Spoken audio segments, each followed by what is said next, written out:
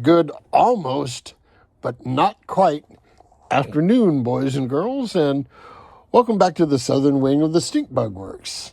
I thought I would give you this little bonus jet feature to talk about a couple of things. The systems ran really good. It's a 4S boat, ran really good on 4S. My only complaint about that boat is the hatch is kind of small and access to the battery compartments is pretty tight. You know, look at Big B's Blackjack 42. You could drive a car in there. I mean, there's plenty of room to work around. The systems with those two cockpits really makes it hard to get stuff in there. So putting batteries in is a bit of a fight, and it might be a one battery per outing boat that, I can put the batteries here in on the workbench and get all that moving around because you need little dental tools to get the batteries in there. So other than that, though, I was really pleased with the way that it ran.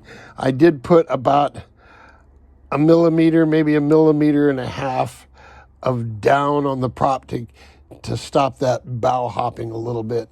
It's not bad, but it just doesn't look perfect when it's kind of doing that. So next outing, we'll see if that's an improvement.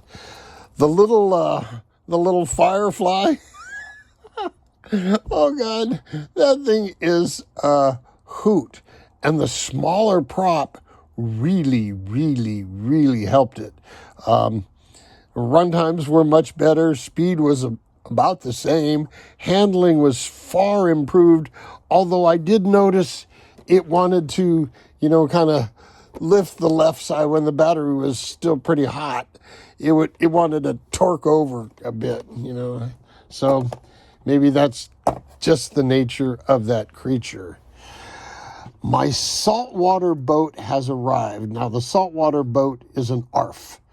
That's what we called airplanes when they were pre-built. It was almost ready to fly, ARFs. I guess in a boat, a better term would be RTR, ready to run. So I got this RTR boat that I'm going to plan on taking down to the saltwater pond there in Mission Bay. And it's an awfully nice boat. I almost hate to throw it in the saltwater, but the price was right. And so I've got to remember that, it might be real nice, but it is disposable. I can put it in the salt water, and if it just turns into a green sludge, okay, that's what salt water does. But part of it's going to be an experiment to see just how long I can keep this relatively nice boat, relatively nice, and still run it in salt water. So, I'm going to do some experimenting. It's going to be an experimental platform to see how well I can get it to hold up to salt water. So it'll be interesting. Until next time, boys and girls, jet out.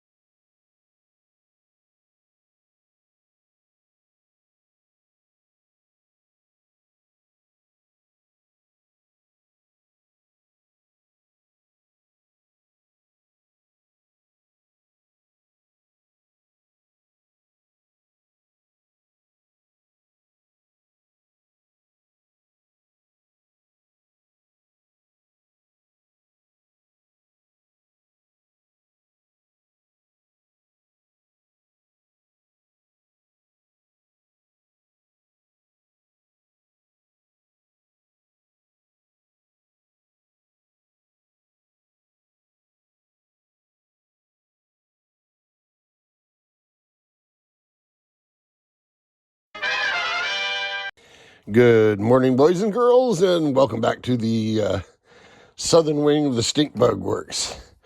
Before you today is my old limited spec hydro. Now, this is the Doug Campbell hydro 1/12 scale, and it was designed for LSH category, limited spec hydro. And limited spec hydro was 12, sometimes 14 round cells and a speed 700 motor. And it was a real popular class because it was pretty fast and pretty cheap. You know, the speed 700s were not a fortune. Well, brushless came along. And so did the Aquacraft SV27. So they modified the LSH rules to allow for lipos and the SV27 motor. So I ran this thing for a while on that setup. And it ran pretty good. You know, it would do mid-40s in oval trim. And it was on 4S. And so what I've done is I've pulled out the old Aquacraft motor and put in a 13 series new motor. And I just received some batteries that are going to go in this boat and in my saltwater boat. And we'll talk about the saltwater boat here in a bit. But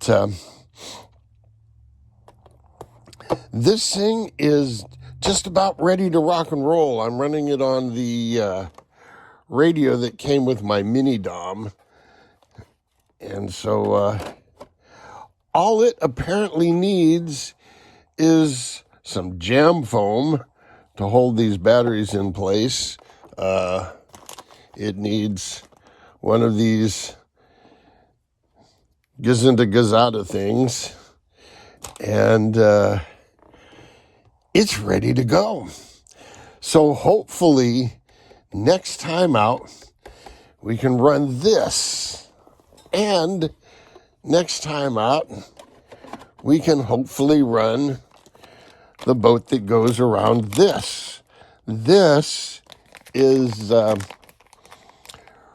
remember that styrene plastic hull boat that looked like the mini Dom, the light greenish yellow thing? And I kept having speed control problems. It was running this Sea King 40. Well, I'm going to up things in size and dependability and put in this Shark 60. I think that's going to be a much better option because I've had nothing but ESC problems with that boat from the get-go, and I don't know if it's just my luck or if it's a crappy ESC or both. But that's what it is. So there you go. The T3 waiting on parts. They may arrive in the next few days.